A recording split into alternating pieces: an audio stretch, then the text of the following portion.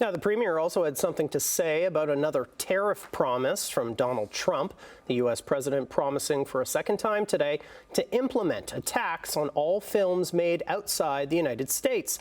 The protectionist policy would upend Hollywood's business model, but at least one Hamilton film business says the city's movie industry would be okay. For now, it's business as usual at Hamilton Film Studios. The co-head of Hamilton Film Studios says the lack of specifics in Donald Trump's film tariff threat means there will be no immediate impact on studio business.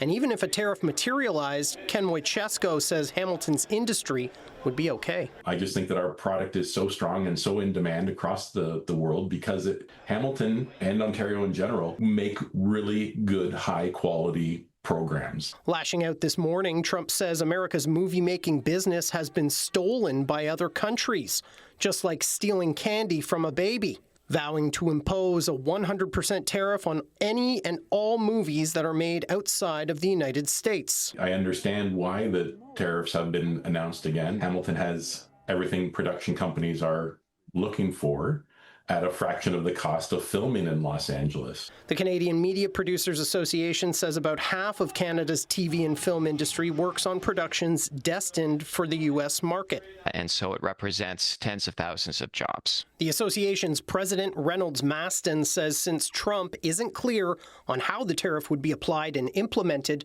the specific impact is also unclear. But what he says is clear is the importance of the Canadian domestic market to keep the industry healthy when American work dries up, like during the U.S. Writers Guild strike in 2023. We can't control what the next tweet is going to be coming out of the White House, but we do have a lot of tools at our disposal here in Canada that have helped us build a strong Canadian industry, and we have to further strengthen those tools. There's so many incredible performers and talented crew members here, and we really need to be fostering more of that spotlight on Canadian film here in Canada.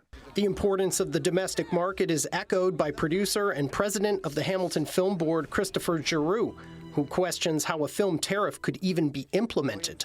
The movie was shot in Canada, but the post-production was done in America. How would the divide work?